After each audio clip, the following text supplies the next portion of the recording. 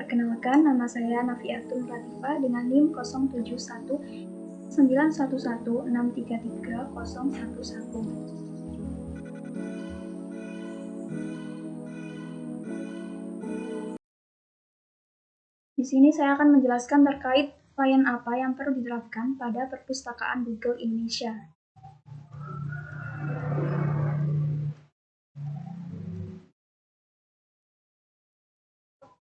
Sebelum itu kita perlu tahu dulu bagaimana sih sejarah awal terbentuknya Google. Pada awalnya Google diciptakan pada tahun 1995 oleh dua mahasiswa yaitu Larry Page dan juga Sergey Brin. Keduanya merupakan mahasiswa dari Stanford University.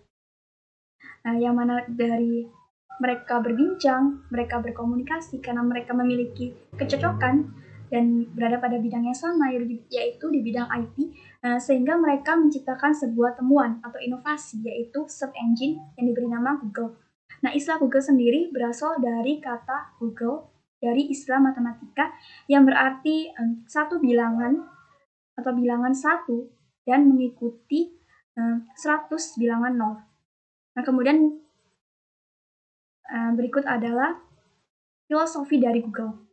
Don't be evil, kerja harusnya menantang, dan tantangan harusnya menyenangkan. Dan pada tahun 7 September 1998, perusahaan ini merupakan saham pribadi. Namun lambat laun perusahaan ini semakin maju dan menjadi leader search engine di dunia dan memiliki lebih dari 80 juta pemakai.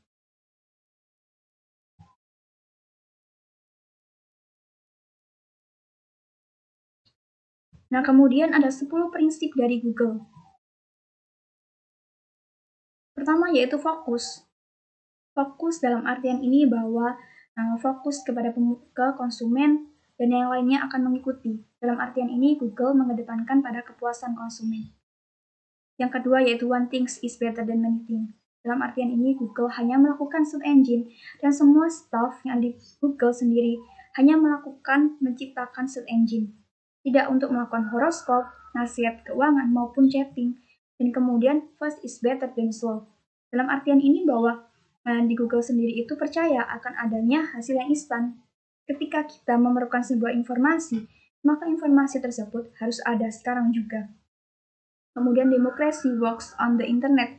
Dalam artian ini bahwa Google berhasil bekerja karena bergantung pada situs-situs personal di internet pada konten yang bermutu. Nah, kemudian have money without doing evil. Ketika kita memerlukan sebuah uang tanpa adanya berbuat jahat. Walaupun Google sendiri itu merupakan perusahaan bisnis, namun Google sendiri mendapatkan pendapatannya atau keuntungannya itu dari menawarkan search engine ke perusahaan-perusahaan dan juga dari adanya pemasaran iklan-iklan. Kemudian more information out of circumstance. Dalam artian ini bahwa ketika kita mencari sebuah informasi di halaman web, kemudian kita akan mendapatkan sebuah informasi, bahkan berjuta-berjuta informasi kita dapatkan. Nah, kemudian information need have a cross line. Dalam artian ini bahwa Google berupaya untuk memberikan akses informasi ke seluruh dunia dengan interface-nya sekitar 100 bahasa. Nah, kemudian no need to sit on the table if you need an answer. Dalam artian ini bahwa ketika kita memerlukan sebuah jawaban, tanpa kita perlu ke meja, kita bisa mendapatkan sebuah jawaban tersebut, bisa dari gadget maupun dari PC. Nah, kemudian ada being serious without formal wear. Dalam artian ini, Google tidak mengedepankan pada penampilan. Yang mereka butuhkan yaitu bagaimana karyawan bisa menjalankan tugasnya dengan baik. Nah, kemudian great, not good enough. Bahwa Google berusaha untuk lebih dari apa yang diharapkan dari pemustaka sendiri. Kemudian berikut adalah lokasi dari kantor Google di beberapa negara. Pertama yaitu dari California, Amerika Serikat sebagai kantor pusat Google yang mana memiliki bangunan yang elegan dan juga setengah dari bangunan tersebut terbuat dari kaca. kemudian di Arizona, Amerika Serikat, yang mana outdoor-nya memiliki kenyamanan bagi karyawannya. Nah, kemudian di Zurich, Swiss, yang mana di sini itu terdapat fasilitas yang tidak lazim. Ada ayunan untuk para karyawan ketika mereka bosan berada di meja kerja. Nah, kemudian di Jakarta, di Indonesia, yang mana dinding kantor sendiri terdapat lukisan wayang seperti Petruk, Gareng, kemudian Bagong, dan juga Semar. Nah, kemudian di Stockholm, Swedia. Walaupun di kantor ini merupakan minimalis, namun fasilitas yang tersedia sangatlah lengkap. Nah, kemudian Dublin, Irlandia, yang mana terdapat fasilitas karaoke untuk para karyawannya untuk menghilangkan kepenatan lewat musik.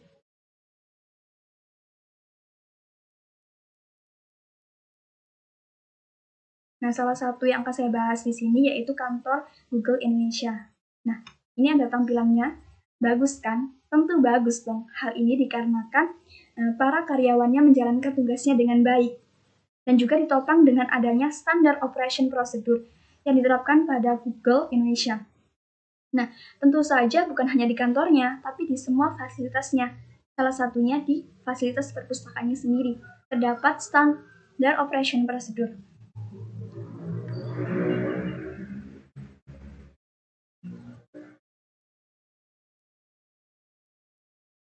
Nah, kemudian timbul pertanyaan, bagaimana standar operation procedure pada perpustakaan Google Indonesia?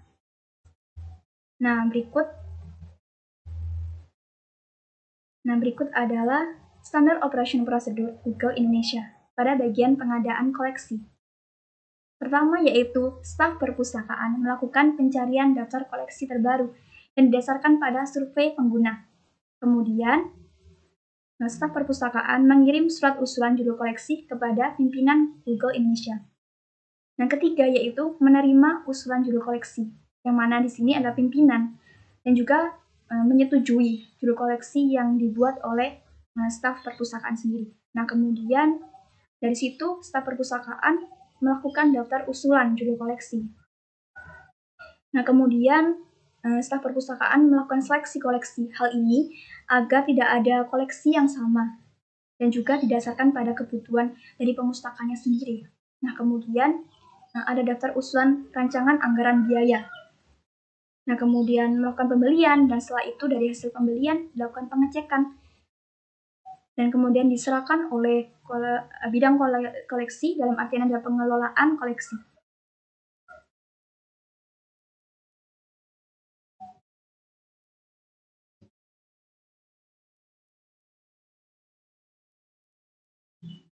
Nah, kemudian timbul pertanyaan dari kita setelah adanya standar operation procedure, bagaimana sih layanan yang perlu diterapkan pada perpustakaan Google Indonesia?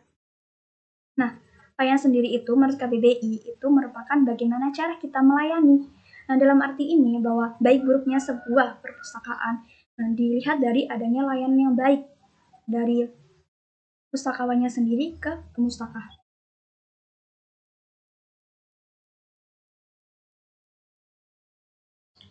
Terdapat dua jenis layanannya ada. Yang pertama yaitu technical service, yang kedua yaitu user service. Technical service sendiri di sini yaitu bagaimana layanan untuk menyajikan sumber informasi seperti pengolahan, pengadaan, kemudian user service bagaimana layanan untuk memberikan bagi pengguna atau bagi pemustaka. Terdapat 4 jenis user service yang perlu diterapkan pada perpustakaan Google. Yang pertama yaitu circulation service, jadi di sini yaitu layanan yang mana pengguna atau pemustaka bisa melakukan peminjaman dan juga pengembalian koleksi. Yang kedua yaitu reference service, jadi di sini layanan untuk memberikan kebutuhan informasi bagi pemustaka. Di sini juga pemustaka bisa mengusulkan informasi apa yang ingin mereka miliki. Kemudian di current awareness service, jadi di sini layanan menyebarkan informasi terbaru dan pastinya sesuai dengan kebutuhan pemustaka. Dan yang terakhir yaitu user education service, jadi di sini layanan untuk memberikan pengajaran kepada pemustaka. Jadi apabila pemustaka merasa kebingungan dengan istilah-istilah yang belum mereka ketahui, Nah, jadi di sini staf perpustakaan Google berusaha untuk memberikan pengajaran kepada pustaka tersebut hingga ia bisa paham akan apa yang ia belum pahami.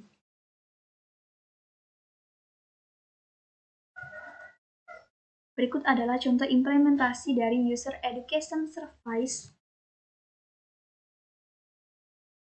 Nah, ketika dihadapkan pada pemustaka yang merasa kebingungan, nah kemudian di sini peran dari staf perpustakaan Google berusaha untuk menjawabnya dengan ramah, kemudian juga bertanya apa sih keluhannya, kemudian apa sih yang belum ia pahami. Nah, setelah itu staf perpustakaan menjawabnya, kemudian memberikan pengarahan, memberikan pengajaran terhadap istilah-istilah yang belum pemustaka tersebut pahami. Dan setelah itu ada dua hal yang mungkin terjadi dari pemustaka. Pertama, pemustaka pasti akan senang, nah karena dia bisa mendapatkan informasi baru yang belum ia pahami, dan dia tidak kebingungan lagi akan apa yang belum ia pahami. Kemudian yang kedua, pemustaka makin kebingungan ya karena mungkin dari staf perpustakaannya kurang menjelaskannya atau bagaimana. Jadi penting bagi staf perpustakaan Google untuk berkomunikasi yang baik kepada pemustaka.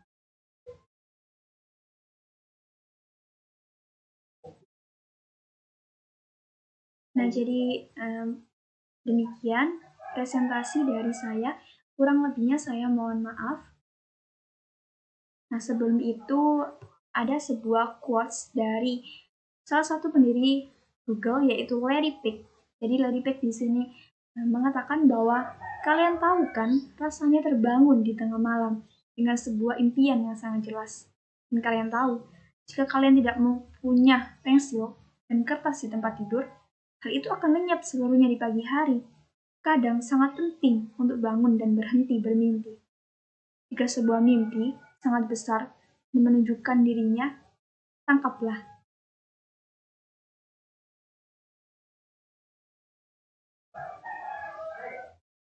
Thanks for watching.